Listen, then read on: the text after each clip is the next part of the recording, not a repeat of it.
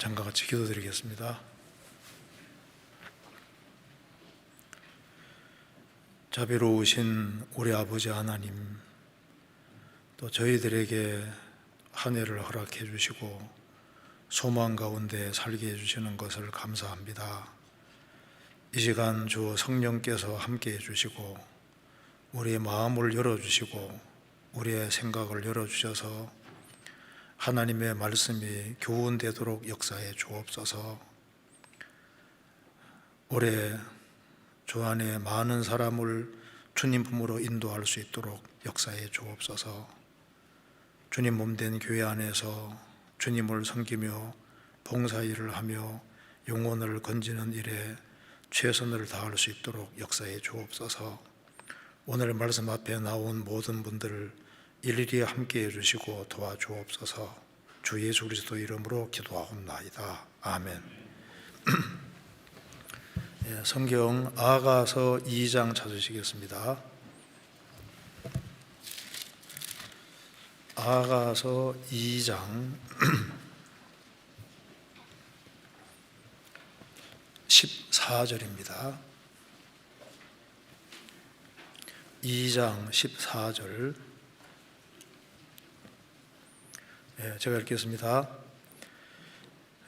바위 틈 낭떠러지 은밀한 곳에 있는 나의 비둘기야, 나로 내 얼굴을 보게 하라. 내 소리를 듣게 하라. 내 소리는 부드럽고 내 얼굴은 아름답구나. 거기까지입니다. 오늘 새해 첫 수요일이 됐습니다. 그래서 오늘 아가서 2장 14절을 중심으로 해서 참 성도의 삶이라는 제목으로 같이 좀 생각을 해보도록 하겠습니다. 우리가 잘 아는 것처럼 아가서는 솔로몬과 술람 여인의 사랑을 그리고 있습니다. 그래서 솔로몬은 예수님의 그림자가 되고 술람 여인은 성도의 그림자가 됩니다. 그래서 여기 2장 14절 말씀을 우리 신앙생활과 관련해서 좀 교훈을 받아보려고 합니다. 14절에 보면은 바위 틈 낭떠러지 은밀한 곳에 있는 나의 비둘기야, 신랑이 신부에게 하는 이야기입니다. 그래서 주님이 우리에게 말씀하시는 것으로 교훈을 받을 수가 있겠습니다. 바위 틈 낭떠러지 은밀한 곳에 있는 나의 비둘기야. 비둘기는 참 연약한 존재입니다. 그래서 바위 틈 낭떠러지 은밀한 곳에 있다고 했습니다. 그러니까 아주 안전한 곳에 있는 걸 알 수가 있습니다. 그리고 여기에 나의 비둘기야, 신랑하고 직접적인 관계를 맺고 있는 비둘기입니다. 나의 비둘기야. 이제 지금으로 말하면은 주님과 성도가 참으로 연결되어 있는 걸 말하는 겁니다. 나의 비둘기야. 그리고 여기에 많은 짐승들 중에 특별히 신부를 비둘기로 묘사를 했습니다. 성경에 많은 말씀이 크리스찬을 비둘기로 이렇게 묘사를 하고 있는데 좀 생각을 해봐야 되겠습니다. 그리고 나로 내 얼굴을 보게 하라. 내 소리를 듣게 하라. 이걸 보면은 주님이 성도에게 무엇을 원하시는지를 알 수가 있습니다. 내 얼굴을 보게 하라. 주님도 성도의 얼굴을 보기를 원하실 겁니다. 내 소리를 듣게 하라. 주님이 듣고 싶어하는 소리도 있을 겁니다. 그리고 여기에 평가가 나와 있는데 내 소리는 부드럽고 내 얼굴은 아름답구나.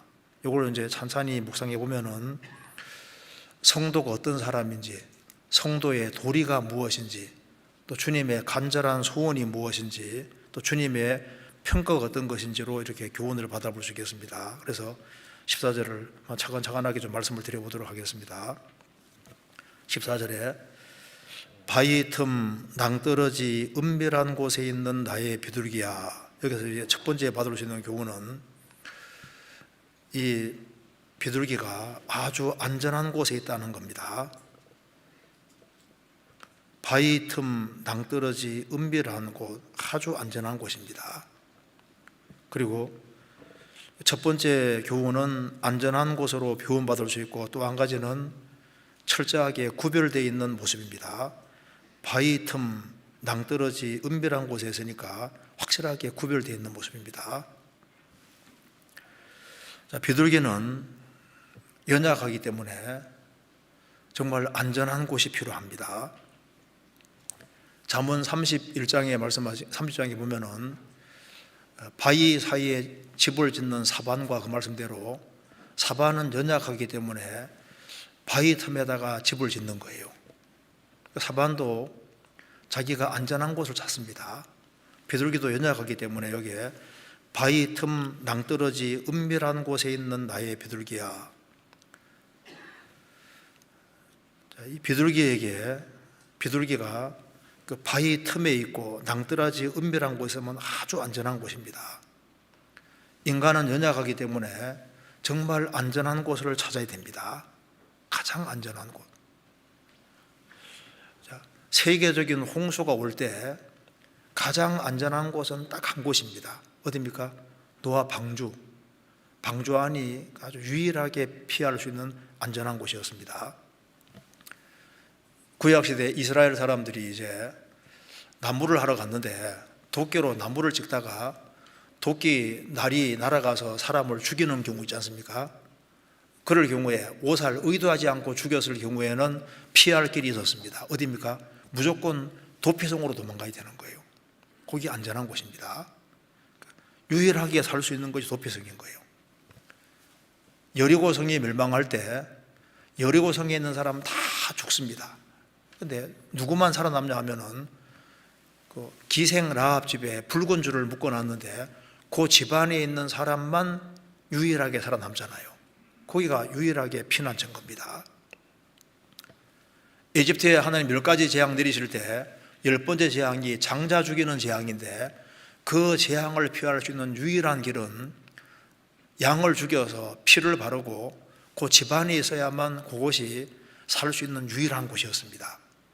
그처럼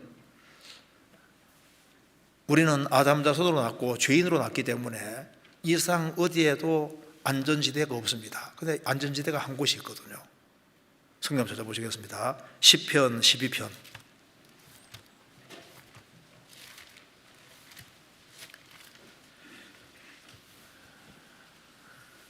5절.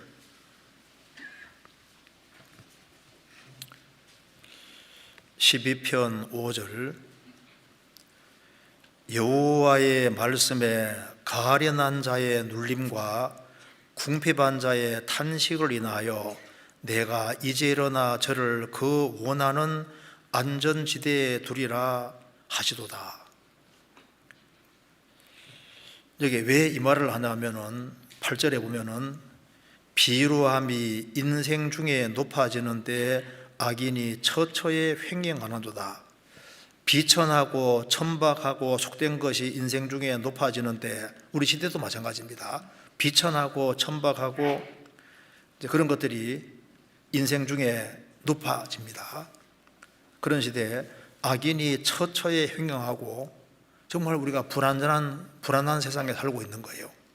그래서 여기 말하기를 여호와의 말씀에 가련한 자의 눌림과 궁핍한 자의 탄식을 인하여 내가 이제 일어나 저를 그 원하는 안전지대에 두리라 하시도다.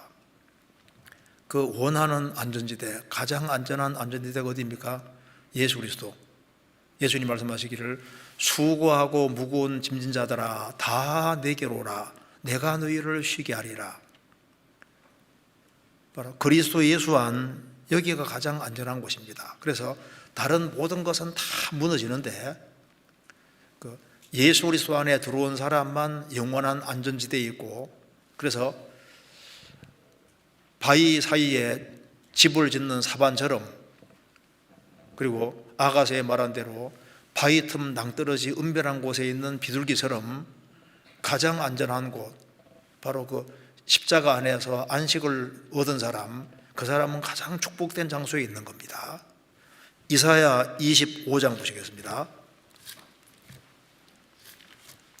이사야 25장 12절.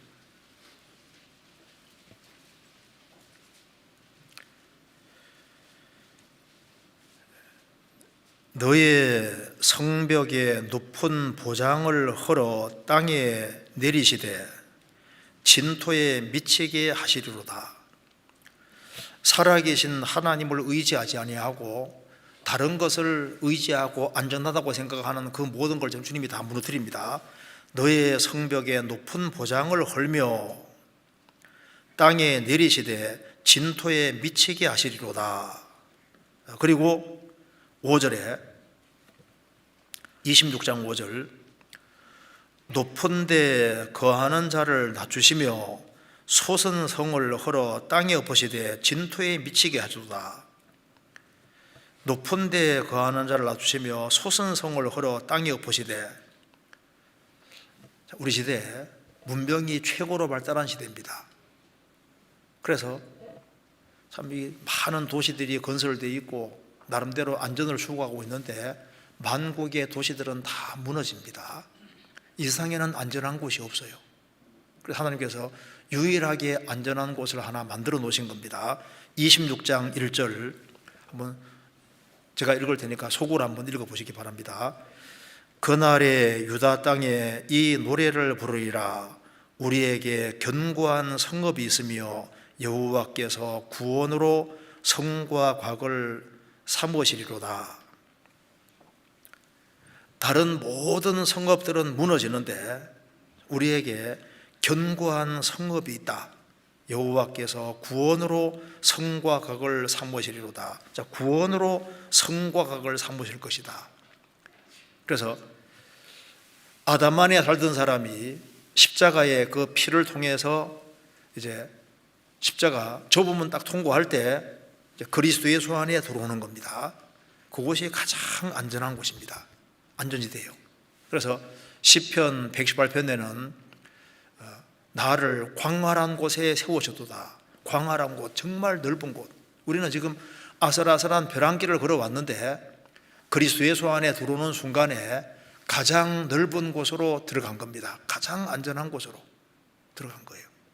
영원한 안전지대에 들어간 겁니다.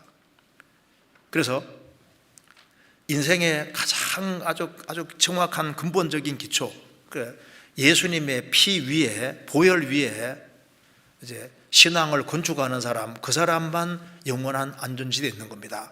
고린도 전서 3장에도 말씀하시기를 터 위에 집을 지어야 되는데 터는 뭐라 했습니까? 이 터는 곧 예수 그리스도라. 예수님의 피공로가 확실하게 믿어지는 그 사람은 축복이고 거기에 기초해서 신앙의 집을 세워야 되는 겁니다. 개인도 그렇고 교회도 마찬가지입니다. 마태복음 16장에서 예수님 말씀하시기를 너는 베드로라. 내가 이 반석 위에 내 교회를 세우리니 음부의 권세가 이기지 못하리라. 이 반석 위에, 이 반석은 예수님입니다. 예수님이라는 반석 위에 교회를 세워야 되고 그래야만 그 교회가 음부의 권세가 이기지 못하리라. 그래서 이 아가서에서 첫 번째 보면은 이 나의 비둘기라는 이 성도가 어디에 있냐 하면은 안전지대에 딱 들어와 있는 거예요. 다시 한번 보시겠습니다.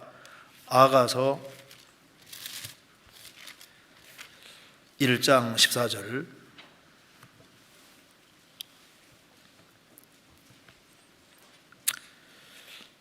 자, 바위 틈 낭떠러지 은밀한 곳에 있는 참 안전한 곳이 있습니다. 곳에 있는 나의 비둘기야. 자, 나의 비둘기라고 했습니다. 그러니까 직접 관계가 있는 겁니다. 개인적 관계가 맺어진 겁니다.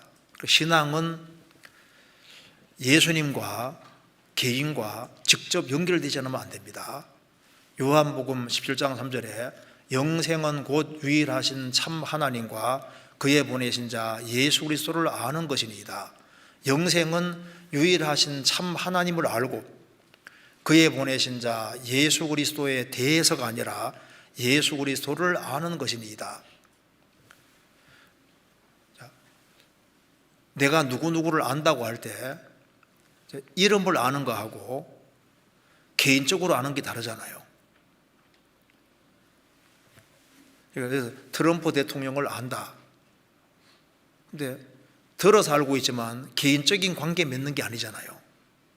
그러니까 예수님에 대해서 아는 거하고 예수님과 개인적인 관계가 맺어진 것은 완전히 다릅니다. 여기는 나의 비둘기야 개인적으로 연결이 딱 돼 있는 겁니다.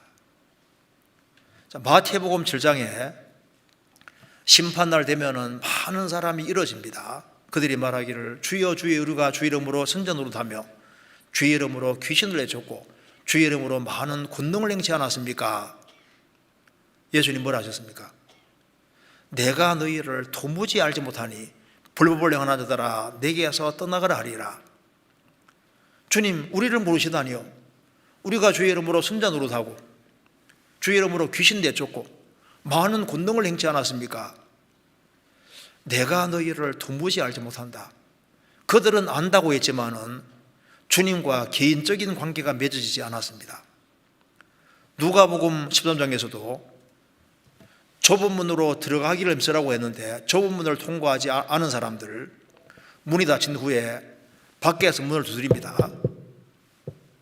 나는 너희를 알지 못하노라.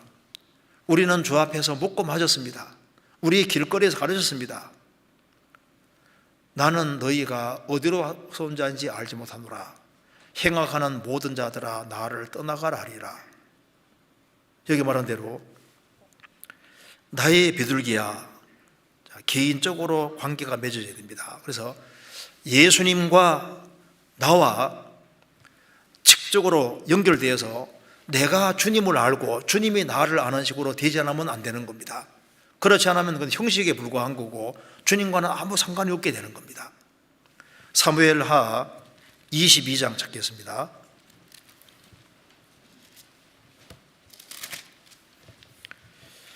22장 2절.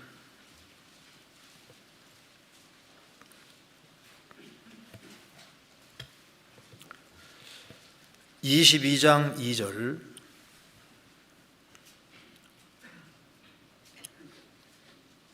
제가 읽겠습니다. 가로되 여호와는 나의 반석이시오 나의 요새시오 나를 건지시는 자시오 나의 하나님이시오 나의 피할 바위시오 나의 방패시오 나의 구원의 뿌리시오 나의 높은 망대시오 나의 피난처시오 나의 구원자시라 나를 흉악에서 구원하시도다. 다윗이 고백하는 내용입니다. 10번이나 나와 관계가 있는 분이라는 걸 얘기하고 있습니다. 세어보면 딱 10번이죠.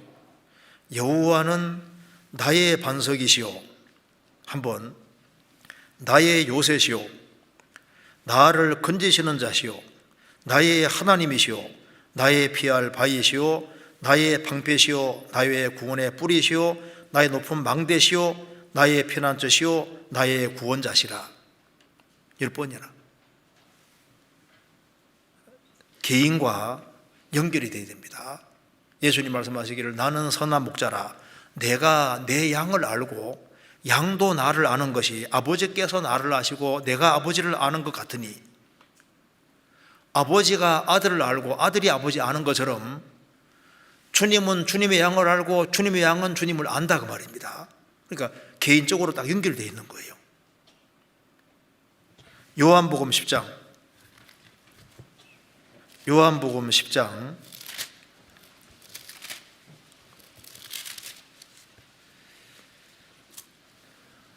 14절 15절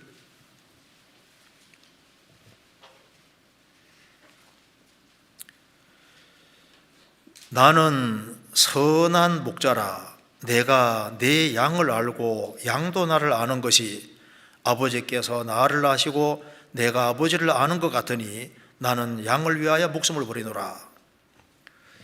예수님 말씀하시기를 나는 선한 목자라 내가 내 양을 알고 나의 비둘기야.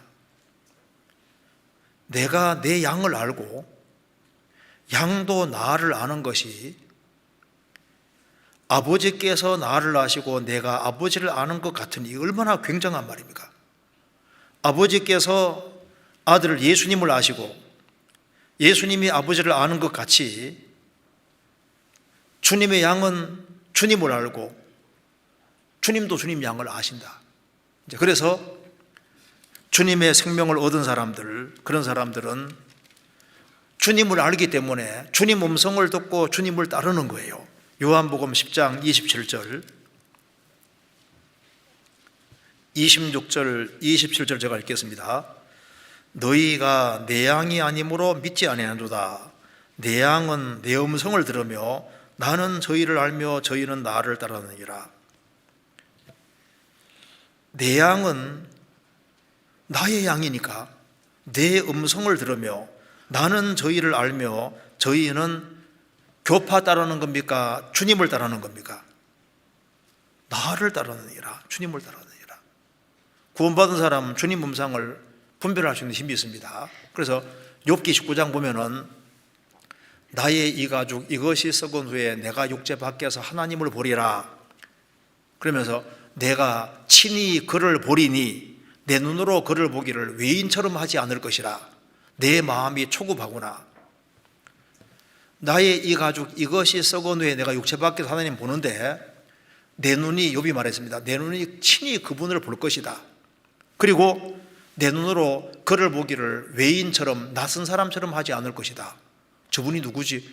교인 관계가 안 맺어졌으면 낯선 사람 외인처럼 하는 겁니다.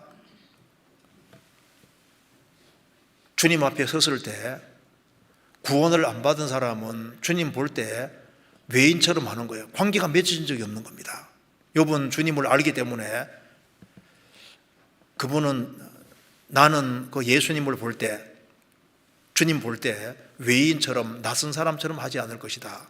내 마음이 초급하구나, 초조하고 급하구나. 욥은 이제 곧 죽음 건너간다고 생각하기 때문에 그런 말 하는 겁니다.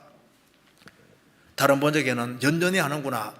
내가 지금까지 주님을 사모하며 살아왔는데 이제 드디어 죽음 가까이 와 있으니까 드디어 주님을 뵙게 되는구나 하고 굉장히 스릴이 넘치고 연연히 하고 사모한다, 그런 뜻입니다. 그러니까 주님을 알고 주님이 그 사람을 아는 거예요. 다시 보시겠습니다. 아가서 2장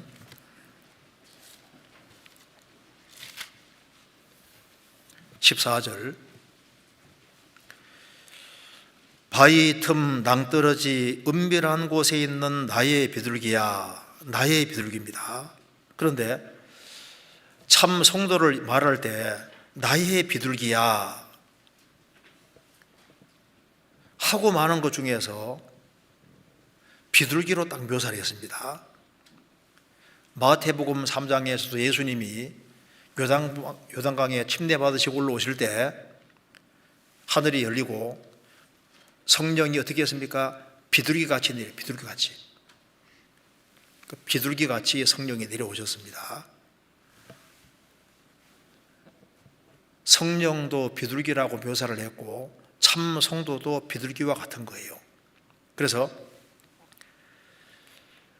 나의 비둘기야, 성경에는 성도를 새로 비유한 것이 굉장히 많습니다.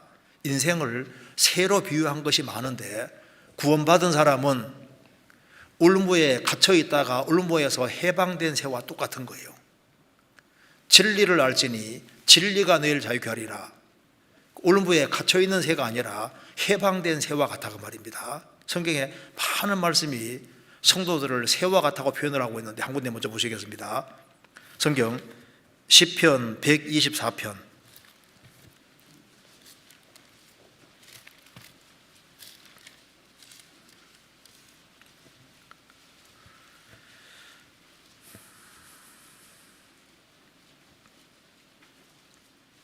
7절.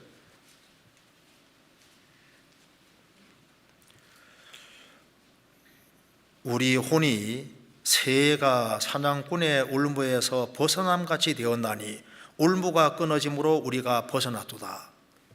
여기 우리 영혼이 그 말입니다. 우리 영혼이 새가 사냥꾼의 울무에서 벗어남같이 되었나니 울무가 끊어짐으로 우리가 벗어나도다.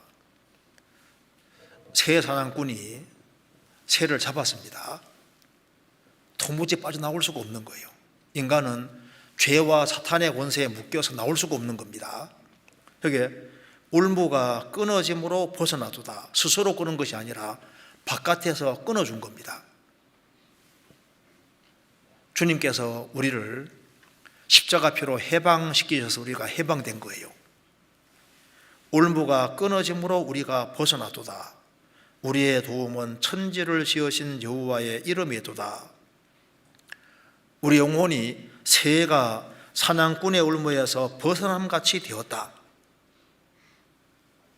그 영혼을 여기에 새로 표현을 했습니다. 성경에 이런 말씀들이 많이 있는데요. 시편 84편 3절에는 나의 왕 나의 하나님 만군의 여호와여 주의 제단에서 참새도 제집을 얻고 제비도 새끼들을 보금자리를 얻었나이다. 시편 기자가 자신을 마치 그 제비처럼 참새처럼 이렇게 묘사를 했습니다. 성경을 이제 새로 표현한 것이 많이 있는데 특별히 아가서에서는 성도를 비둘기로 이렇게 묘사를 하는 겁니다. 자, 아가서 다시 보시겠습니다. 아가서 여러 군데에 나와 있는데요. 아가서 5장 보시겠습니다. 아가서 5장 2절 내가 잘지라도 마음은 깨었는데 나의 사랑하는 자의 소리가 들리는구나. 문을 두드려 이르기를 나의 누이 나의 사랑 나의 비둘기 나의 완전한 자야 문 열어다고 내 머리에는 이슬이 내 머리털에는 밤이슬이 가득하였다 하는구나. 내가 잘지라도 깨었는데 나의 사랑하는 자의 소리가 들리는구나. 이렇게 사랑하는 자로 나오면은 다 신랑 가리키는 겁니다.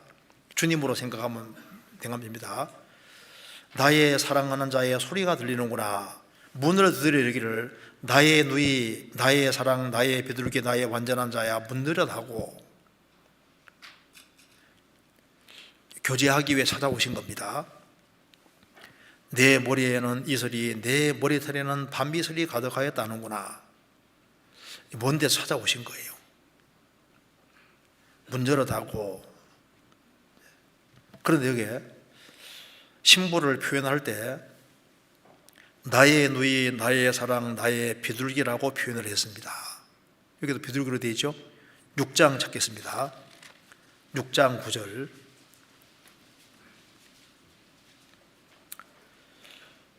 나의 비둘기 나의 완전한 자는 하나뿐이로구나. 여기도 똑같이 나의 비둘기라고 표현을 했습니다. 성경에 비둘기에 대한 얘기가 이제 나오는 것이 창세기 8장 보면은 노아 홍수 이후에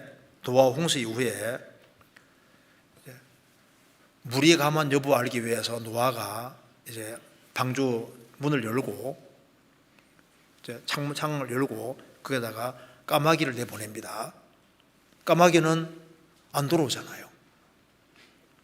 왜냐하면 그때 사체들이 많이 있으니까 사체 뜯어 먹느라고 안 들어옵니다. 근데 비둘기는 내보내니까 접촉할 걸 찾지 못하고 돌아오잖아요. 그것이 이제 우리에게 중요한 교훈이 됩니다. 그 까마귀는 구원 안 받은 사람의 모형입니다. 구원 안 받은 사람은 어딘가 갇혀 있다가 세상에 내보내면 얼씨구나 하고 세상 것에 취해서 안 들어오는 거예요. 비둘기는 성도의 그림자입니다. 참 성도는 세상에 보내면은 접촉할 곳이 없는 거예요. 구원을 받은 사람은 산자고 안 받은 사람은 죽은 자입니다. 까마귀와 비둘기가 다르듯이 참 성도는 구원 안 받은 사람하고 명백히 구별되는 겁니다. 성경 시편 74편 찾겠습니다. 74편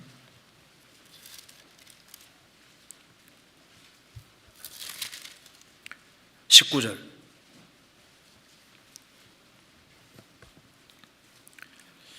이것도 속으로 한번 읽어보십시오. 제가 소리내서 읽겠습니다. 주의 맷비둘기의 생명을 들짐승에게 주지 마시며 주의 가난한 자의 목숨을 영영히 잊지 마소서. 여기에 성도를 맷비둘기, 산비둘기, 비둘기로 묘사를 했고, 구원 안 받은 사람을 짐승은 짐승인데 들짐승으로 묘사를 했습니다. 불신자들이 들짐승이라면은 성도는 비둘기와 같다고 말입니다. 그래서 짐승과 새는 다르지 않습니까?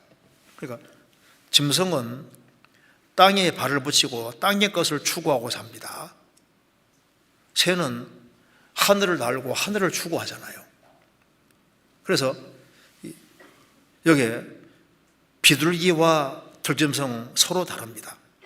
일단 짐승은 시야가 좁은데 비둘기는 이제 날기 때문에 먼 곳을 볼 수 있습니다.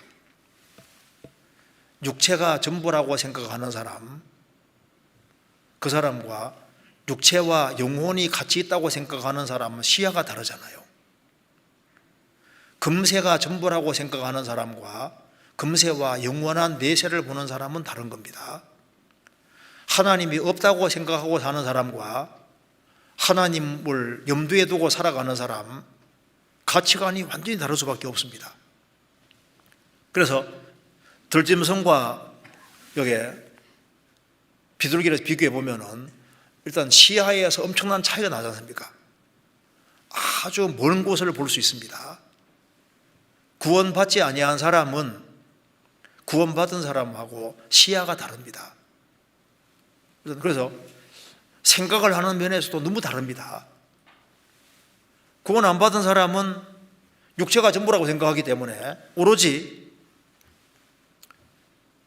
육체가 전부라 생각하니까 땅의 것을 추구하고, 그리고 금세가 전부라고 생각하고 세상 것을 추구하고 살아가고 그 이상 생각을 못하는 거예요. 이 세상에서 잘 먹고 잘 살면 성공했다고 생각합니다. 배부르면 성공했다고 생각하는데 구원받은 사람은 생각이 다릅니다.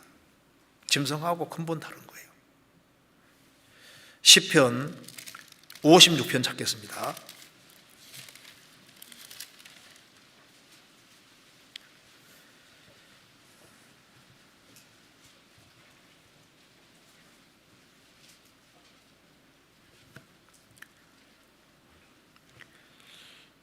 (56편) 1절 앞에 영장으로 요낫 엘렘 루오김에 맞춘 노래, 다윗이 가드에서 블레셋에게 잡힌 때, 여기에 요낫 엘렘 루오김에 맞춘 노래, 이거 뭐냐면 그 히브리 말로 침묵의 비둘기라는 뜻입니다. 표제어가 비둘기는 비둘기인데 침묵의 비둘기, 그게 무슨 말이냐면은 이게 시편 56편 시편 기자가 다윗이 사울이 죽이려고 하니까 계속 도망 다니다가 이제 이국 땅까지 가서 도망갔다가 붙잡힌 거예요. 다윗은 정말 신앙 때문에 죽을 고생을 많이 했습니다. 그래서 억울한 것이 많지만은 그걸 사람 앞에서는 말하지 아니하고 하나님 앞에서만 심정을 다 토하는 거예요. 그래서 침묵의 비둘기다. 예수님께서도 세상에서 고난을 많이 받으셨지만은 다 욕을 받으시되 대신 욕하지 아니하고 위협 받으시되 위협하지 아니하시고 꼭 참으시고 침묵하셨습니다. 다윗도 억울한 것을 많이 당했지만은 하나님이 다 하시지 하고 하나님께 토하고 사람 앞에서는 아무 말도 하지 않고 참는 거예요. 시편 56편이 이제 그런 걸 배경으로 하고 있습니다. 그래서 표제어도 침묵의 비둘기다. 시편 68편 찾겠습니다. 68편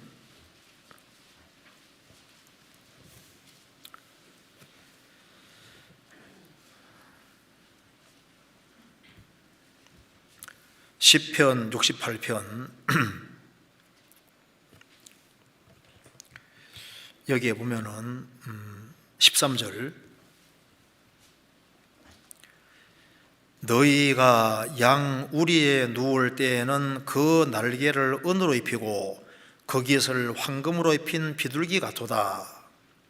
18절, 주께서 높은 곳으로 오르시며 사로잡은 자를 끌고 선물을 인간에게 주는 패역자 중에서 받으시니 여호와 하나님이 저희와 함께 거하리 하심이로다. 날마다 우리 짐을 지시는 주 곧 우리의 구원이신 하나님을 찬송할지로다. 주께서 높은 곳으로 오르시며, 에베소서 4장에 말한 대로 주님이 세상에 오셔서 무덤 아래까지 내려가셨다가 부활 승천하신 걸 말하는 겁니다.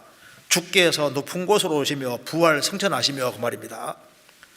사로잡은 자를 끌고 선물을 인간에게 두는 패역 중에 받으시니, 구원받기 전에 우리는 죄가 사로잡고 마귀가 사로잡은 자고 하나님 앞에 패역자였습니다. 예수님이 이제 죽으시고 부활하셔서 이제 마귀가 사로잡고 죄가 사로잡은 사람들을 주님이 끌고 주님이 사로잡으시고 패역한 사람을 구원에 인도하시는 거예요. 인도하셔서 이제 우리에게 선물을 주셨고 또 주신 선물을 주님께서 받으십니다. 에베소서 4장에서는 선물을 주셨도다라고 했는데 여기는 선물을 받으시니, 왜 받으시냐면 먼저 주셨기 때문입니다. 그래서 주님이 사로잡은 사람들, 그리고 주님으로 말미암아 패역자로서 있다가 성령 받아서 고침받은 사람은 주님께 먼저 선물을 받았기 때문에 감사한 마음으로 주님께 돌려드리는 겁니다. 그 얘기를 하고 있습니다. 그럼 왜 예수님이 죽으시고 부활 승천해서 높은 곳으로 가셨느냐? 여호와 하나님이 저희와 함께 거하려 하심이로다. 같이 살려고 주님이 죽으시고 부활하신 겁니다. 그러면서 날마다 우리 짐을 지시는 주 곧 우리의 구원이신 하나님을 찬송할지로다. 주님은 우리를 구원하셔서 함께 하시면서 날마다 우리 짐을 지고 계십니다. 천국 갈 때까지 매일매일 짐을 지시고 계신데, 그런데 여기에 구속받은 사람을 이렇게 표현을 했습니다. 13절에 너희가 양의 우리에 누울 때에는 그 날개를 은으로 입히고 그 깃을 황금으로 입힌 비둘기 같도다. 성도는 한쪽 측면에서는 양인 동시에 한쪽 측면에서는 비둘기와 같은 거예요. 우리는 주님의 양으로서 양떼로 무리로 인도받는 동시에 땅에 사는 동시에 또 하늘을 추구하는 비둘기 같은 존재다 그 말입니다. 그래서 너희가 양 우리에 누울 때에는 그 날개를 은으로 입히고 그 깃을 황금으로 입힌 비둘기 같도다. 이 비둘기가 어떤 비둘기냐면 은빛 비둘기입니다. 은빛. 성경에서 은빛은 보통 구속의 그림자입니다. 주님 피의 그림자입니다. 주님 피로 구속된 그 모습이고, 그리고 깃은 황금으로 입힌 비둘기니까 황금은 영광을 보통 가리킵니다. 주님 피로 구속이 되고 장차 영원한 영광에 들어갈 영광을 입은 그 성도의 모습을 여기에 보여주고 있습니다. 그래서 그리스도인들은 한편으로는 땅에 살지만은 한편으로는 비둘기처럼 하늘을 추구하는 존재입니다. 그래서 아가서에서도 나의 비둘기야 이렇게 표현을 하고 있는 겁니다. 다시 한번 아가서 보시겠습니다. 이제 이 본문 보면은 성도의 도리가 무엇인지를 우리가 알 수가 있습니다. 자, 아가서 2장 14절.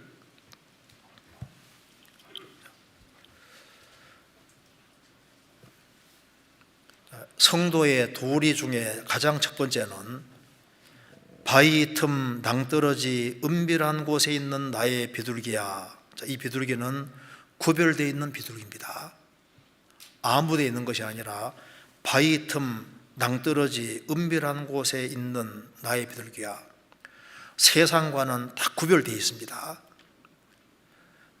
참 성도는 주님 피로 구원이 됐고 세상에 딱 따로 구별되어 있어요. 여기에 3번이나 바위 틈, 낭떠러지 은밀한 곳에 있는 철저하게 구별되어 있는 모습입니다. 성도의 기본적인 특징이 구별입니다. 구별. 교회도 에클레시아, 구별된 무리입니다. 성도는 세상에서 구별된 사람인 거예요. 시편 93편 찾겠습니다.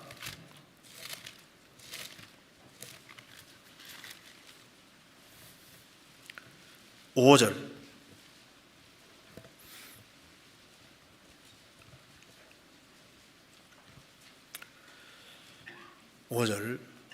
여호와여, 주의 증거하심이 확실하고 거룩함이 주의 집에 합당하여 영구하리이다. 여호와여, 주의 증거하심이 확실하고, 주님이 증거하신 말씀은 확실하고, 시편 19편에 말한 대로 여호와의 율법은 완전하여 영혼을 수성케 하고 여호와의 증거는 확실하여 우둔한 자로 지혜롭게 하며, 하나님의 증거하신 말씀이 확실하고 거룩함이 주의 집에 합당하여 영구하리이다. 신약시대 때도 주의 집이 있습니다. 주의 집에는 무엇이 합당하냐? 거룩함이 주의 집에 합당하여 영구하리이다. 그러니까 과거에도 거룩함이 합당한 것이고 현재에도 미래에도 거룩함은 주의 집에 합당하다.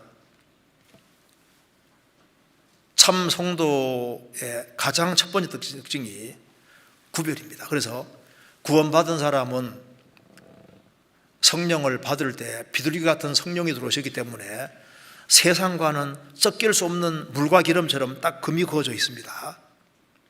그래서 베드로전서 1장에 내가 거룩하니 너희도 거룩할지어다. 내가 거룩하니 기록되었으되 내가 거룩하니 너희도 거룩할지어다. 그럼 기록되었으되 레위기 11장 말하는 겁니다. 레위기 11장 보면은 주님이 원하시는 거룩이 뭔지를 볼 수 있다고 말입니다. 그럼 어떤 것이 거룩한 것일까요? 간단하게 요약하면은 레위기 11장에 제일 첫 번째 말하는 것이 쪽발이 갈라지고 대지김질 하는 것은 정하다. 소 같은 종류. 그게 시편 1편하고 똑같습니다. 복 있는 사람은 악인의 꾀를 좇지 아니하며 죄인의 길에 서지 아니하며 오만한 자의 자리에 앉지 아니하고 쪽발 갈라진 거잖아요. 오직 여호와의 율법을 즐거워하여 그 율법을 주야로 묵상하는 자로다. 그 대지김질이잖아요. 그래서 거룩의 시작이 하나님 말씀을 열심히 배우고 열심히 묵상하고 그리고 이제 그 말씀을 따라서 조심스럽게 구별되어 살아가는 것이 이제 거룩의 시작인 거예요. 그 뒤에는 물고기에 대해서 얘기를 하면서 비늘과 지느러미만 있는 것이 정하다고 했습니다. 바다라는 세상에서 우리 세상에서 우리가 살아야 되는데 지느러미가 있어야 된다. 비늘이 있어야 된다. 비늘이 있으면 물체에 부딪히면 안전합니다. 하나님의 전신갑주를 입는 모습하고 똑같잖아요. 그뿐 아니라 좌우 지느러미는 방향 잡는 것이고 꼬리 지느러미는 추진적입니다. 그러니까 주님의 뜻이 뭔지를 분별하고 그 뜻을 향해서 열심히 물살을 헤치면서 나아갈 때 주님께서 그걸 보시고 정하다 이렇게 말하는 겁니다. 이 세상에 풍조가 흘러가고 있는데 목표를 정하고 목표를 향해서 열심히 매진해서 나아갈 때 주님께서 보시고 너는 정하다 이렇게 말하는 거예요. 그 뒤에는 기는 것은 다 부정하다고 하면서 메뚜기처럼 뛰는 다리가 있는 건 정하다 그랬죠. 기는 건 다 부정한데 뛰는 뒷다리가 있는 것은 물체가 놓여 있으면 뛰어 넘어가잖아요. 우리가 신앙생활하는 가운데 어떤 장애물이 놓일 때 우리 힘으로 어찌할 수 없을 때 주님께 딱 맡기고 탁 탁 뛰어 넘어갈 때 주님께서 보시고 정하다, 거룩하다 이렇게 말하는 겁니다. 그리고 그 뒤에는 발바닥으로 걷는 것은 다 부정하다고 하시면서 신발 신은 것만 정하다고 했습니다. 호랑이는 발바닥으로 걷잖아요. 개도 발바닥입니다. 근데 소나 말 이런 건 다 발굽이잖아요. 발굽이. 신발 신고 있습니다. 신발 신은 것만 정하다. 에베소서 6장 보면은 복음에 예비한 것으로 신신고. 결국은 뭐냐면은 거룩의 시작은 말씀을 열심히 배워서 묵상하고 내 것으로 만들고, 그리고 이제 전신갑주 입고 목표 향해서 열심히 달려나가는 가운데 장애물이 있으면 믿음으로 탁 뛰어넘고, 그렇게 해서 어디까지 나가는 거냐 하면은 영혼 건지는 복음에 예비한 걸로 신신고 열심히 전도하는, 그것이 주님 볼 때 정하다, 거룩하다 이렇게 말하는 겁니다. 그래서 예수님께서도 요한복음 17장에서 말씀하시기를 내가 저희를 위하여 나를 거룩하게 하오니, 예수님께서 왜 자신을 거룩 구별시켰냐면 저희도 진리로 거룩함을 얻게 하려 함이니이다. 예수님이 구별되신 이유는 구원 안 받은 사람이 거룩하게 되고 구원받도록 하기 위해서. 그래서 우리가 죄에서 구별되는 이유는 주변에 구원받을 사람들이 많이 있기 때문입니다. 그래서 개인도 구별되는 걸 원하고, 술람배인은 교회의 그림자도 되기 때문에 교회도 세상과는 딱 구별될 때, 그러니까 바위 틈 낭떠러지 은밀한 곳에 있는 나의 비둘기야, 교회는 에클레시아, 구별된 물입니다. 그래서 세상과 뒤섞이면은, 그러면은 복음 역사는 끝나는 거예요. 그래서 성도의 기본적인 특징은 구별입니다. 세상과 짝짝꿍하고 붙으면은 그때부터는 증거 능력이 상실되는 겁니다. 롯이 아브라함을 떠나서 소돔으로 들어갔잖아요. 누굴 건졌습니까? 못 건졌잖아요. 데마도 세상 사랑의 대상으로 가버렸는데 세상과 짝짝꿍하면은 그때부터는 증거 능력이 상실되는 거예요. 성경 시편 89편입니다. 37절.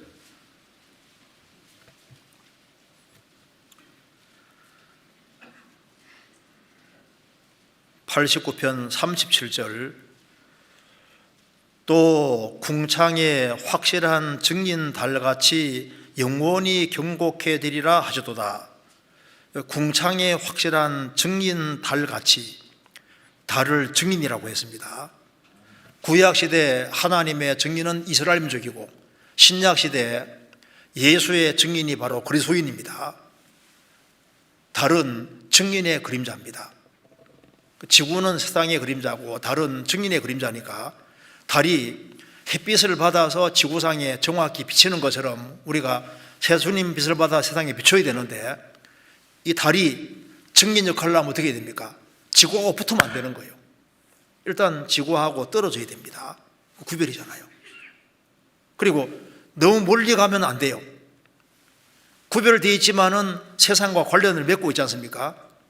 떨어져서 주님 빛을 받아서 계속 빛으로 도는 것처럼 구별되고 끊임없이 관심을 기울이는 그 속에서 어떤 사람들이 이제 구원받는 일이 벌어질 수 있는 겁니다. 그런데 태양이 있고 달이 있는데 그 사이에 지구가 딱 들어오면 어떻게 됩니까? 그러면 이 달 자체가 멀식이 되고 안 보이는 거예요. 그렇잖아요. 주님과 나 사이에 세상이 딱 끼어들면은, 세속적이 되면은, 세상이 들어와 있으면은, 그러면 이제 주님 빛은 안 비치게 되는 겁니다. 그래서 구별이 첫 번째인 겁니다. 그럼 다시 보시겠습니다. 아가서 1장, 2장 다시 보시겠습니다. 자, 구별이 첫 번째고, 두 번째는 14절, 2장 14절. 바위 틈 낭떠러지 은밀한 곳에 있는 나의 비둘기야, 나로 내 얼굴을 보게 하라. 내 얼굴을 보게 하라. 자, 주님이 뭘 원하시는 겁니까? 주님을 보는 걸 원하시는 거예요. 나로 내 얼굴을 보게 하라. 성도들의 마음이 왜 어두워지냐 하면은 자꾸 환경을 보고 상황을 보고 자꾸 자기 처지를 보는 겁니다.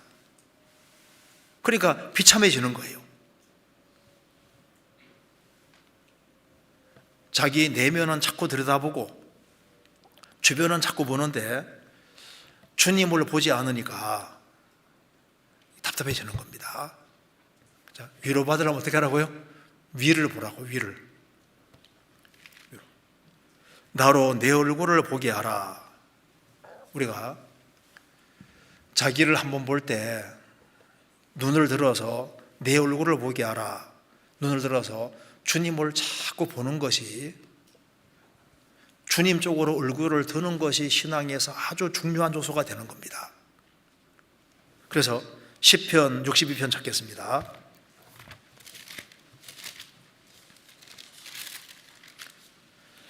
62편 1절입니다.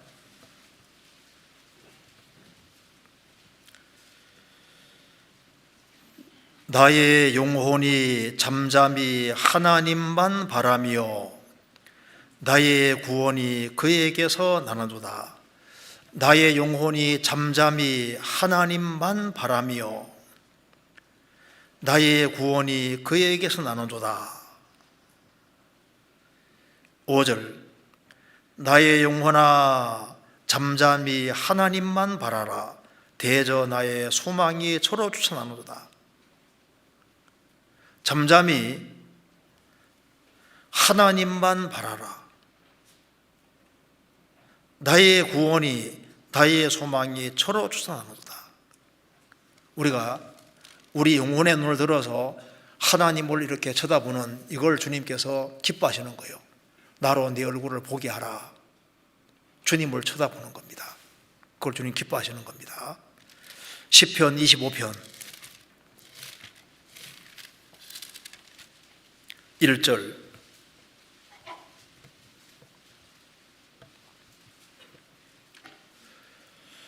여호와여 나의 영혼이 주를 우러러 보나이다.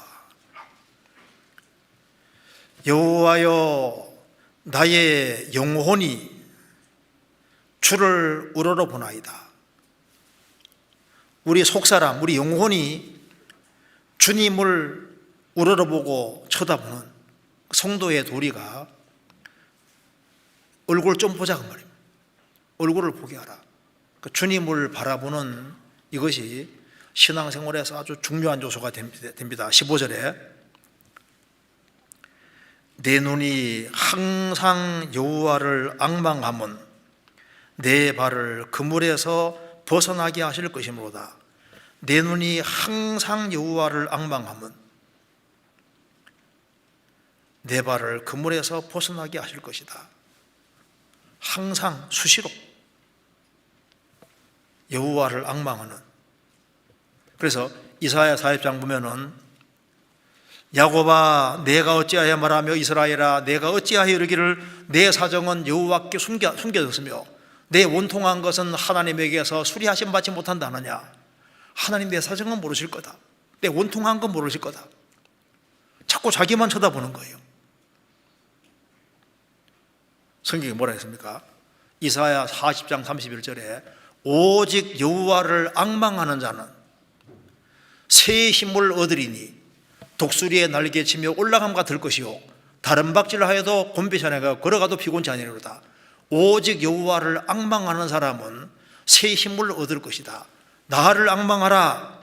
구원받을 때도 주님을 앙망했고 구원받고 난 이후에도 주님을 쳐다본다고 말해요. 얼굴을 주님께로 드는 거예요. 주님께로 향할 때 거기에서 우리는 큰 소망을 가지게 되고 주님이 주시는 새로운 힘을 얻을 수 있게 되는 겁니다. 다윗도 위기 상황이 많았는데 그때마다 눈을 열어들어서 하나님을 향했던 거예요. 그러니까 주님이 위에서부터 취해서 건져주시고 있습니다.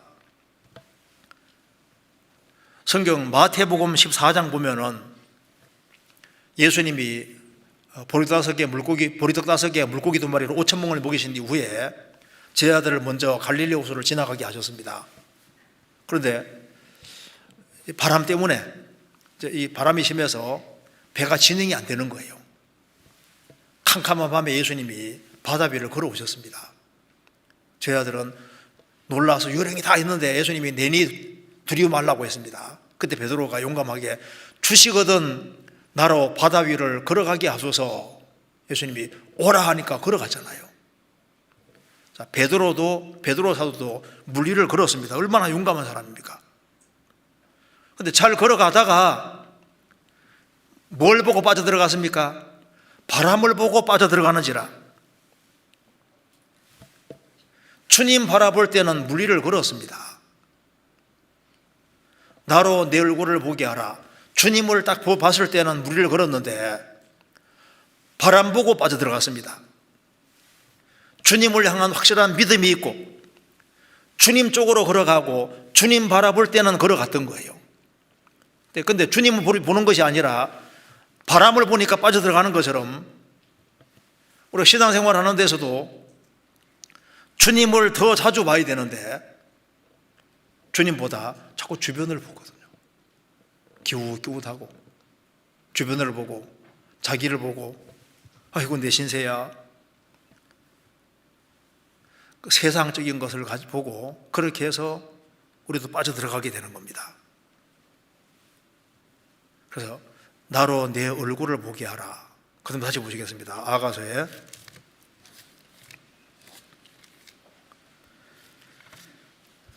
2장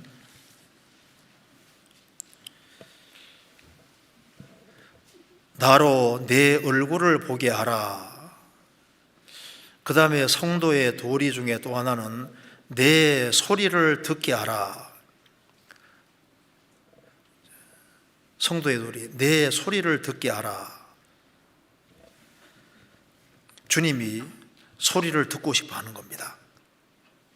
그래서 주님을 향해서 소리를 듣게 하라. 주님이 우리 목소리를 듣고 싶어 하는 거예요. 시편에 보면은 다윗이 참 주님 앞에 마음을 토한 것이 많지 않습니까? 우리가 사람 앞에서는 이야기할 수 없는 것도 주님 앞에서는 다 이야기할 수 있습니다. 우리 속에 있는 거 속사정 다 터놓을 수 있는 거예요.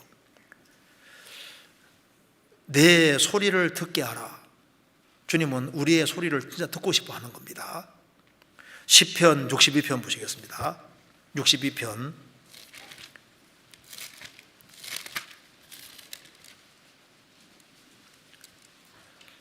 8절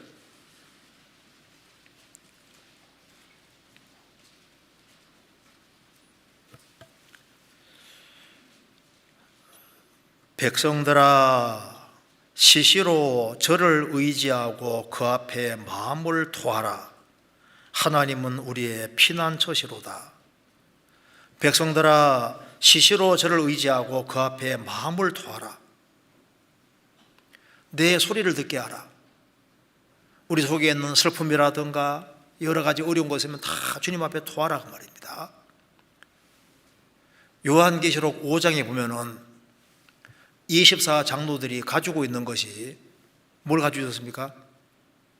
검문고하고 향을 가지고 있었습니다. 그 검문고는 찬송 가르치는 것이고 향은 기도 가르치는 거지 않습니까? 그러니까 우리가 주님 앞에 찬송하는 그 찬송 소리를 듣게 하라. 그 주님은 찬송을 참 좋아하시는 것이 맞을 겁니다. 저도 참 찬송을 참 잘해보고 싶었는데, 저도 중학교 다닐 때도 이제 초등학교 다닐 때도 흥얼거리는 걸 좀 좋아하긴 좋아했었는데, 고등학교 때 선생님이 길을 확 죽여버렸어요. 시험 칠 때, 음악 실기어 시험 칠 때 노래를 좀 부른다고 불렀는데, 뭐 이리베티 이런 노래 있지 않습니까? 노래 이제 이렇게 부르는데 조금 불렀는데 땡 하더라고. 그래서 나는 소질이 없구나. 그때부터 딱 접었는데요. 그때 못하더라도 조금 더 길게 하도록 내버려뒀으면 조금 달라졌을 수 있는데, 그래서 저는 찬송 잘하는 사람 보면 참 부럽습니다. 왜냐하면 이 찬송, 성경 보면 볼수록 주님이 찬송을 좋아하시는 것이 맞는 거예요. 내 소리를 듣게 하라. 그래서 특별히 어려움 있는 가운데서 주님께 찬송하는 찬송, 그 주님이 정말 기뻐하실 겁니다. 사도행전 16장에 바울과 실라가 전도하다가 감옥에 들어갔지 않습니까? 감옥에 들어갔는데 쇠고랑을 차고서도 하나님께 참배했는데 그 일 있고 난 후에 옥문이 열리고 간수가 구원받고 그런 엄청난 일이 벌어졌습니다. 그때 그 감옥 안에서 매를 맞고 그 속에서도 찬송 부를 때 주님이 그걸 얼마나 기뻐하셨겠어요. 내 소리를 듣게 하라. 여기 사도행전 찾아보시겠습니다. 16장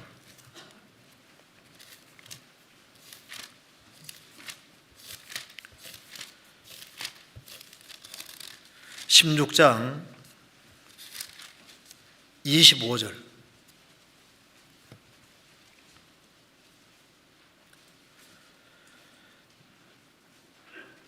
밤중쯤 되어 바울과 실라가 기도하고 하나님을 찬미하며 죄수들이 듣더라. 24절에는 깊은 옥에 가두고 그 발을 착고에 든든히 채웠더니, 감옥 속이고 착고에 처해 있습니다. 그런데 주님께 기도하고 하나님을 찬미했다. 천국 가면 설교는 없습니다. 천국 가면 의사도 없잖아요. 환자가 있어야지 의사가 필요하죠. 변호사도 없습니다. 왜? 죄수가 없잖아요. 천국까지 가서 계속 하는 건 뭐겠습니까? 찬송. 찬송은 끝까지 가는 거예요. 주님이 찬송을 굉장히 좋아하시는 것이 맞을 겁니다. 그리고 내 소리를 듣게 하라. 주님 무슨 소리를 좋아하시냐면은 주님께 기도하는 거. 그래서 사사기 1장 펼치자마자 여호와께 묻자와 가로되, 하나님께 묻고 행할 때는 하나님의 역사를 경험했는데 뒤로 가면 갈수록 자기 소견에 옳은 대로 행하였더라. 사사기 제일 마지막은 자기 소견에 옳은 대로 행하였더라. 그래서 자기 주관과 방법대로 하니까 삶이 다 틀어진 거예요.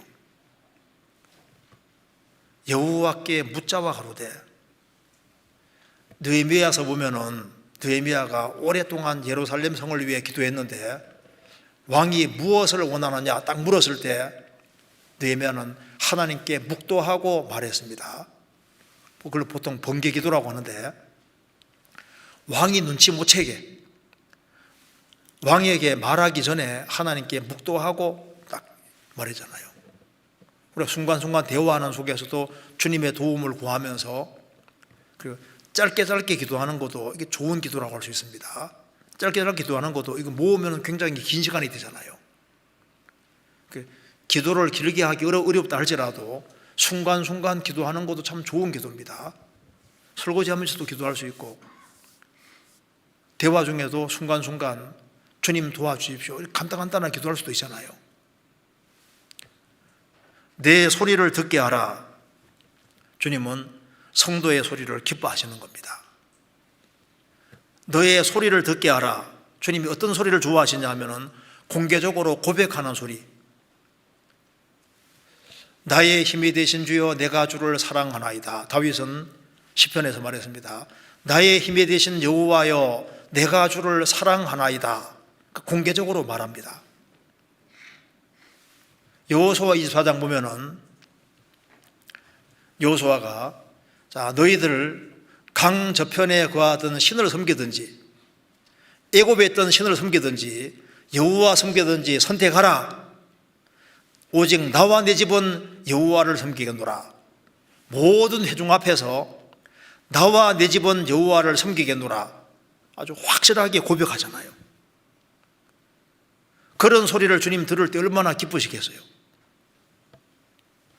12회를 혈류증으로 앓던 여자가 예수님 옷자락을 만지고 고침받았습니다. 그 주님이 기어코 그 여자를 끄집어내서 공적으로 고백시켰습니다. 자신이 낫게 된 것을 사람들이 듣는 앞에서 그대로 시인하게 만들었잖아요. 우리가 예수 믿는 사람으로서 나는 믿는 사람이라고 확실하게 고백을 하는 것이 필요합니다. 공적으로. 예수님 믿는 걸 부끄럽게 생각하지 말고, 베드로 사도도 아주 공개적으로 여러 번 고백한 게 성경에 나오잖아요.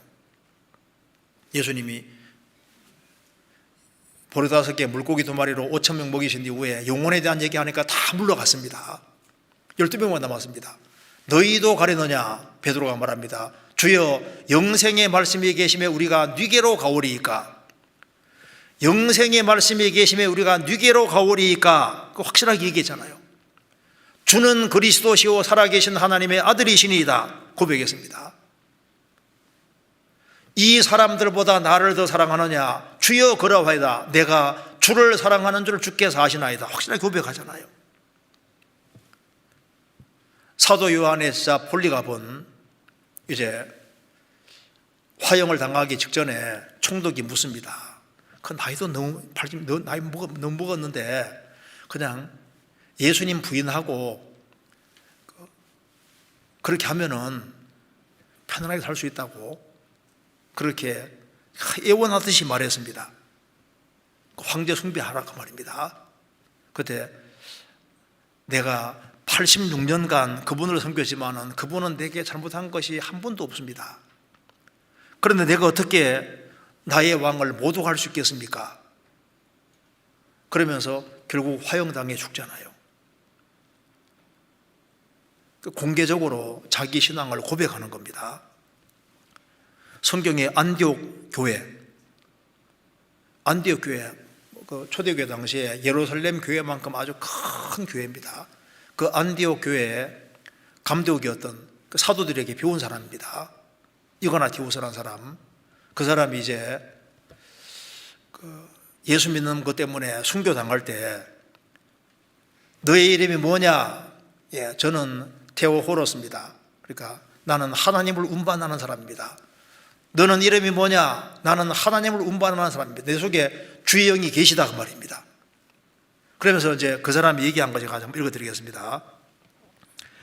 유세비우스라는 역사학자가 이제 이거나티우스가 한 말을 적고 있는데요. 내가 그리스도께로 갈 수만 있다면 나는 눈에 보이는 것이든 보이지 않는 것이든 전혀 아랑곳하지 않는다.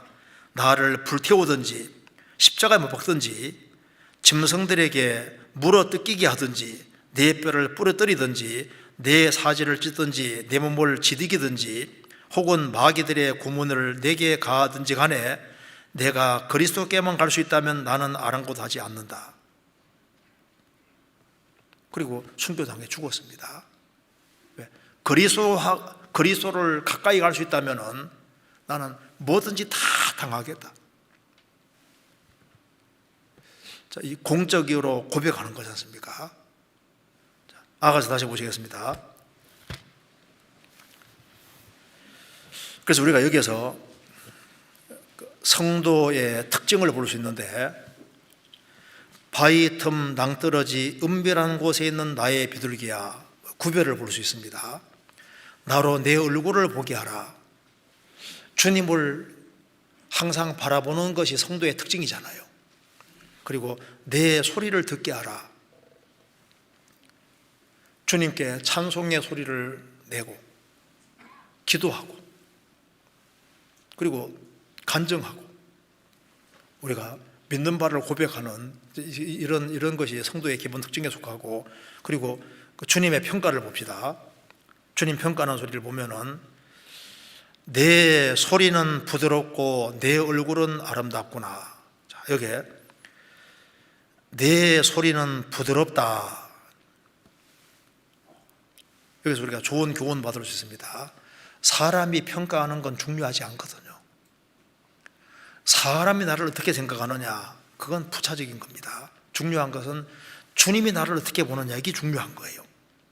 제가 어떤 글에 보니까 그 이탈리아 음악가 베르디가 이태리 플로렌스에서 처음으로 공연을 할 때 많은 사람이 막 환호성을 지르는데 이 베르디라는 사람은 딱 한 사람만 봤다고 합니다. 한 사람만. 주목한 건 딱 한 사람.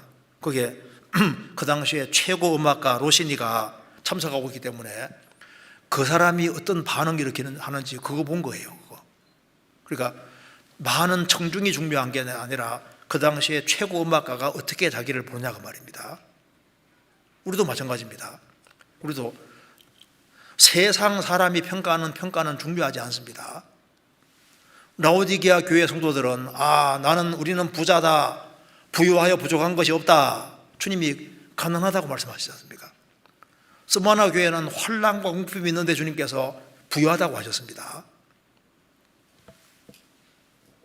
마가복음에 보면은 사람들이 연복계에 돈을 넣는데 부자는 풍작한 중에 많이 넣는데 가난한 과부는 두 랩돈 집어넣습니다. 예수님께서 보시고 이 과부가 제일 많이 넣었다. 마가복음 12장에 나오잖아요. 그러니까 주님이 어떻게 평가하느냐가 중요한 거예요. 여기 보시겠습니다. 내 소리는 부드럽고 너의 소리가 달콤하다고 말입니다. 참 너의 소리는 참 듣기 좋다는 겁니다. 이것처럼 주님이 아주 좋아하는 소리가 있습니다. 주님이 들을 때 정말 달콤하게 들리고 정말 기쁘게 듣는 소리가 있습니다. 무슨 소리겠습니까? 가장 첫 번째로 생명의 소리. 아기가 태어나면 탄생할 때 울음소리가 얼마나 그 부모 귀에 즐겁게 들립니까? 우리 교회 안에서 한 사람 한 사람이 새로 거듭나서 생명의 소리가 나올 때 그 소리 들을 때 주님께서는 그 소리를 정말 아름다운 소리, 정말 달콤한 소리로 들으실 겁니다. 열왕기하 4장 찾겠습니다.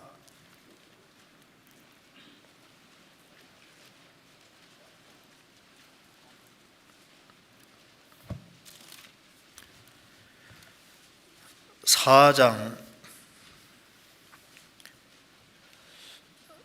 35절.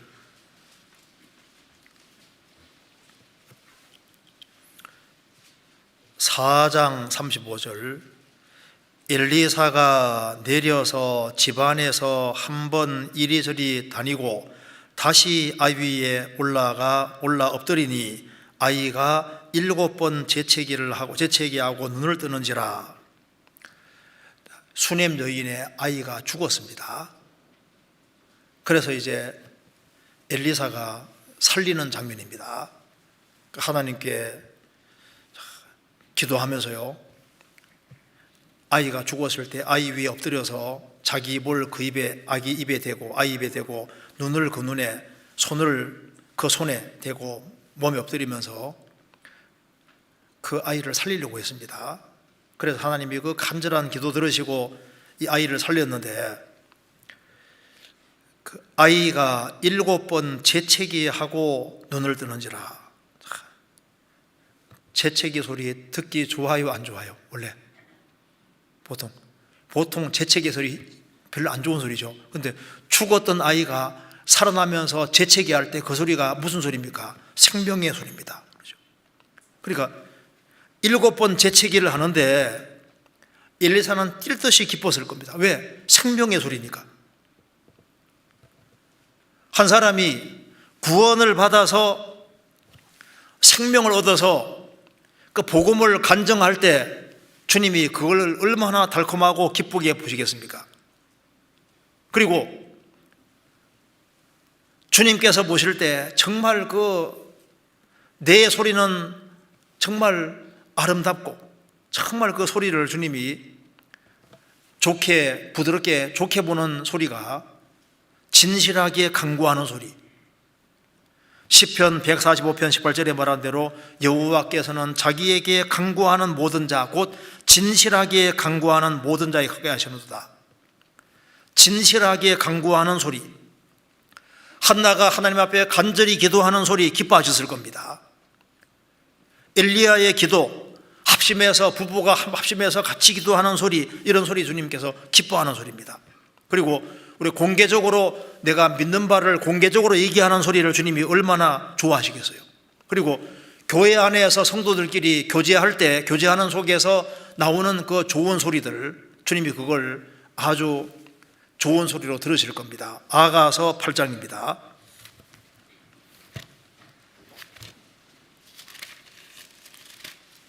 8장 13절.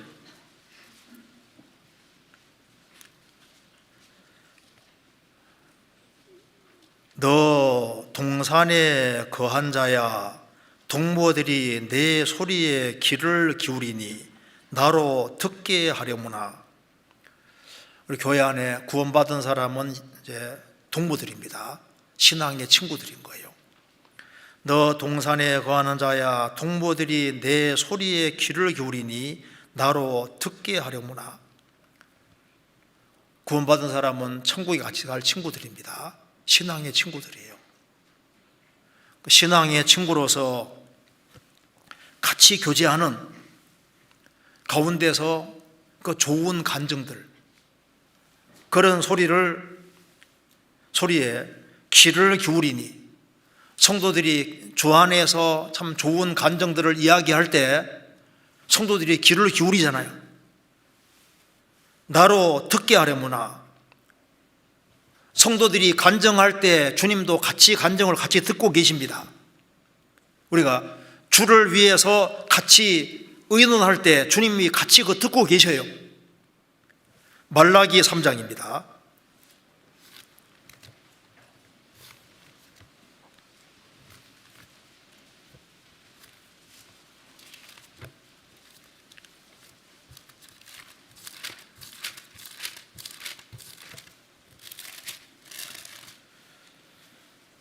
삼 장 16절. 그때 여호와를 경외하는 자들이 피차에 말하며 여호와께서 그것을 분명히 들으시고 여호와를 경외하는 자와 그 이름을 존중히 생각하는 자를 위하여 여호와 앞에 있는 기념책에 기록하시느니라. 이 말라기 시대와 같이 타락한 시대에도 여호와를 경외하는 자들이서 그들이 피차에 말하며 주의 영광을 위해서 같이 의논하고 주의 영광을 위해서 같이 마음을 같이 하고 주님의 영광을 위해 의논할 때 주님이 그걸 들으시고 여호와를 경외하는 자와 그 이름을 존중히 생각하는 자를 위하여 여호와 앞에 있는 기념책에 기록하셨느니라. 내 소리는 부드럽고 정말 주님이 이걸 아주 아름답고 달콤한 소리로 들으실 겁니다. 그리고 우리가 주님을 증거하는 소리, 우리가 전도했는데 그 사람이 안 들어도 우리가 전도할 때 우리가 그 사람에게 복을 빌었는데 그 사람이 복을 안 받아들이면은 그게 내게 돌아오는 거예요. 그러니까 전도하면 무조건 이익인 겁니다. 그 사람이 전도 안 되더라도 우리가 빌어준 복은 우리가 대로 받는 거예요. 시편 116편에 말한 대로 내가 믿는 거로 말하리라.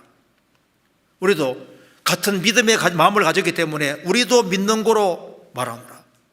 우리가 믿기 때문에 우리가 믿는 바를 담대하게 얘기할 때 주님이 그 소리를 얼마나 그 달콤한 소리로 들으시겠습니까? 그리고 아가서 다시 보시겠습니다. 2장 14절. 내 소리는 부드럽고 내 얼굴은 아름답구나. 주님이 너의 얼굴은 아름답다고, 너의 얼굴은 아름답구나. 어떤 걸 주님이 아름답게 보실까요? 우리가 주님께로 얼굴을 들을 때 주님이 그 얼굴을 정말 아름다운 얼굴로 보실 겁니다. 시편 27편입니다.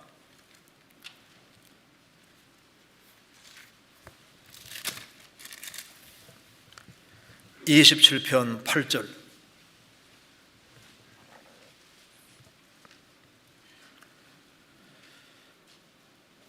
너희는 내 얼굴을 찾으라 하실 때 내 마음이 죽게 말하되 여호와여 내가 주의 얼굴을 찾으리라 찾으리다 하였나이다.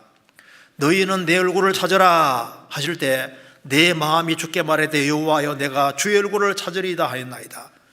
주님 얼굴을 찾는 얼굴을 주님께로 향해 들을 때 주님이 그 얼굴을 아름답게 보실 겁니다. 역대상 16장 11절에도 여호와와 그 능력을 구할지어다, 그 얼굴을 항상 구할지어다. 스데반이 돌에 맞아 죽을 때도 눈을 들어서 주님을 봤습니다. 주님이 그런 얼굴을 어떻게 보실까요? 아름답게 보시는 거예요. 그래서 주님을 사모하는 마음으로 쳐다볼 때, 주님을 뚫어지게 볼 때 주님이 그걸 굉장히 아름답게 보실 겁니다. 아가서 6장 5절입니다.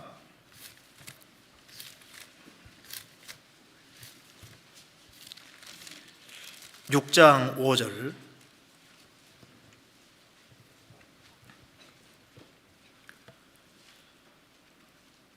내 눈이 나를 놀래니 돌이켜 나를 보지 말라. 내 머리털은 길라산 기슭에 누운 염소떼 같고, 여기서 내 눈이 나를 놀래니 돌이켜 나를 보지 말라. 그러니까 쳐다보는데 내 눈이 나를 놀래니, 그러니까 막 얼마나 막 뚫어지게 있지 않습니까? 너무 뚫어지게 쳐다보면요, 제발 놀라게 하지 말으라고. 내 눈이 나를 놀래니 돌이켜 나를 보지 마라. 이게 너무 기뻐서 하는 얘기인 겁니다. 우리가 정말 주님을 뚫어지게 보고 주님 얼마나 기뻐하시겠어요? 너의 얼굴은 아름답구나. 우리가 성경을 열심히 쳐다볼 때, 성경 말씀이 하나님이라고 했지 않습니까? 성경을 열심히 뚫어지게 열심히 들여다볼 때, 성경이란 그거를 열심히 들여다볼 때 하나님께서 그걸 정말 아름답게 보실 겁니다. 혼란과 역경과 어려움이 있지만은 주님으로 기뻐하고 살아가는 그 얼굴을 볼 때 주님이 얼마나 기뻐하시겠어요? 항상 기뻐하라고 말씀하셨는데 어려움 가운데서도 기뻐하고 살아갈 때 주님이 그 얼굴을 보시고 정말 기뻐하실 거예요. 그리고 형제 자매들이 어려운 형제 자매들을 보고 도움의 손길을 펼칠 때 우리 얼굴이 형제 자매들을 향할 때 주님이 그 얼굴을 정말 아름답게 보실 겁니다. 우리 얼굴이 불쌍한 영혼들을 향할 때, 국내에 있는 영혼들, 해외에 있는 영혼들을 향할 때 주님이 얼마나 기뻐하시겠습니까? 우리 얼굴을 들고서 저 이뤄져가는 불쌍한 영혼들을 볼 때 주님이 그걸 보시고 너무너무 기뻐하실 겁니다. 그리고 주님이 어떤 얼굴을 기뻐하실까요? 신앙 때문에 어려움을 참고 견디고 그 속에 쏠리는 눈물, 그러니까 주님 뜻 가운데 살아가는 속에 쏠리는 눈물들을 보실 때 주님이 그 얼굴을 굉장히 아름답게 보시는 얼굴일 겁니다. 욥기 16장에서 욥이 말했습니다. 나의 친구는 나를 조롱하나 내 눈은 하나님을 향하여 눈물을 흘리고, 우리가 신앙을 지키는 것 때문에 흘리는 눈물, 그 눈물을 흘리는 그 얼굴을 볼 때 주님이 얼마나 기뻐하시겠어요? 그리고 불쌍한 영혼들을 너무 불쌍히 여기는 그런 마음으로 흘리는 눈물들, 바울 사도가 내가 여러 번 말하였거니와 이제도 눈물을 흘리며 말하노니 여러 사람이 십자가의 원수로 향하느니라. 그리스도 십자가 원수로 향하느니라. 그래서 불쌍한 영혼들을 보고 흘리는 눈물들, 이걸 주님께서 정말 기뻐하실 겁니다. 주님이 정말 좋아하시는 그런 얼굴들이 있는 겁니다. 우리가 이 성경에서 우리가 새해를 살아갈 때 주님 뭘 기뻐하시냐 하면은 구별. 우리가 세상에서 영향 미치기를 원하면은 세상 죄에서 구별되면은 주변 사람에게 영향을 미치기 좋을 겁니다. 세상과 타협을 하고 짝짝 먹고 살아가면은 그러면 다른 사람을 전도하기가 어려울 겁니다. 그래서 구별되면은 그 속에 틀림없이 주님이 열매를 주실 겁니다. 그리고 아가서 한 군데 더 보시겠습니다. 다시 보시겠습니다. 여기에 주님의 간절한 소원이 나옵니다. 제발 좀 이렇게 해달라는 겁니다. 14절 중간에 나로 내 얼굴을 보게 하라, 내 소리를 듣게 하라.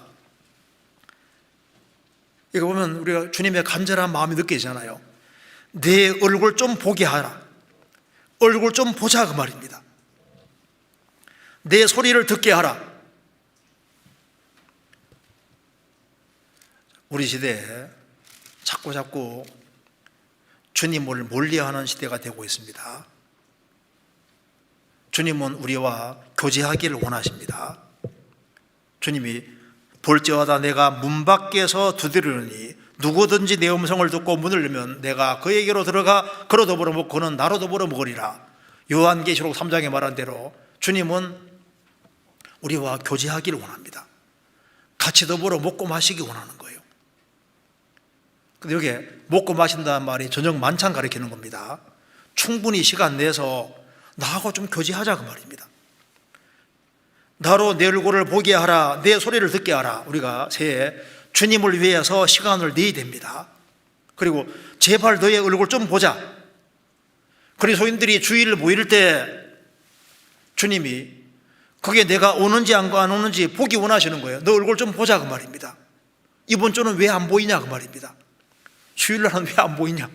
아니, 구역 모임, 조모임, 청년회 모임 할 때 주님이 같이 참석하시지 않습니까? 거기에서 너의 얼굴 좀 보자 그 말입니다. 그리스도인들이 모이는 무리에 같이 연결되는 걸 주님 보기 원하십니다. 그리스도인들 같이 모일 때 주님이 같이 모이셔요. 같이 계셔요.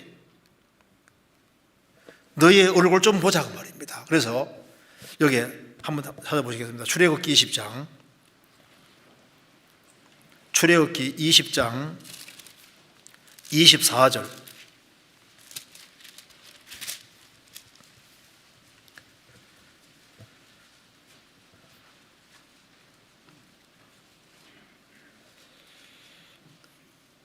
내게 토단을 쌓고 그 위에 너의 양과 소로 너의 번제와 한목제를 드리라. 내가 물은 네 이름을 기념하는 곳에서 내게 강림하여 복을 주리라. 신약 시대로 말하면은 주님의 이름을 기념하는 곳이 어디입니까? 구역 모임, 조모임, 청년회 모임, 우리가 주일날 모이는 모임이지 않습니까? 모임. 내 이름을 기념하는 곳에서 내게 강림하여 복을 주리라. 그래서 주님께서는 지금도 우리에게 말씀하실 겁니다. 제발 너의 얼굴 좀 보게 하라. 얼굴 좀 보자 그 말입니다. 뭐가 그래 바빠서 얼굴을 안 비추냐 그 말입니다. 제발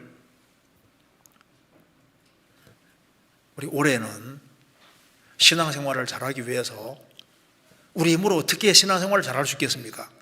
그래서 주님의 재림이 다가오면 볼수록 가까우면 볼수록 더욱 모이기 힘써서 자꾸 모여야 돼요. 그래서 주님이 그리스도인들이 모이는 모임에 참여하는 것이 눈에 보인다면 빠질까 안 빠질까요?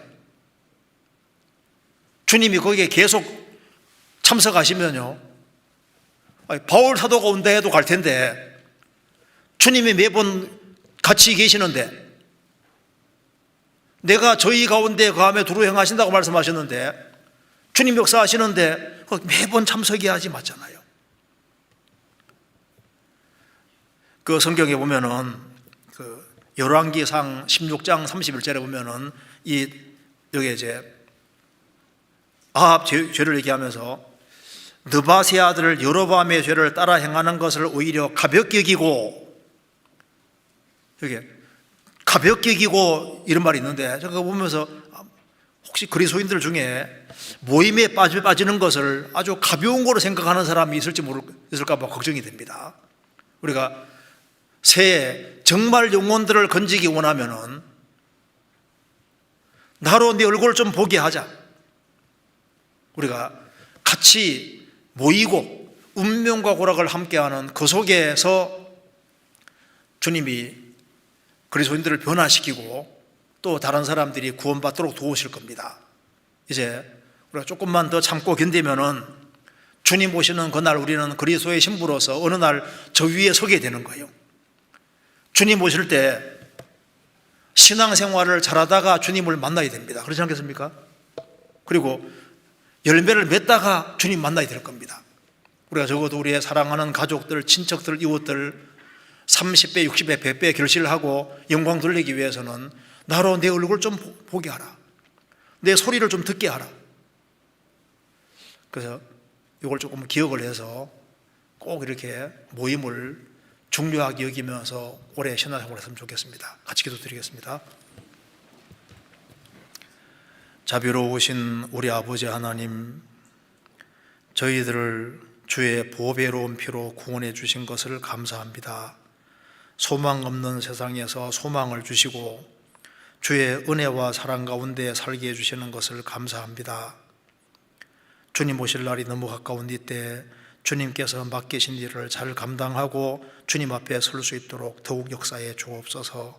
우리의 사랑하는 가족들, 친척들, 이웃들에게 주의 복음을 담대하게 증거할 수 있도록 도와주옵소서. 국내와 전 세계에 복음 전하는 일을 위해서 최선을 다할 수 있도록 저희들의 마음을 붙잡아 주옵소서. 우리 구주 예수 그리스도 이름으로 기도하옵나이다. 아멘.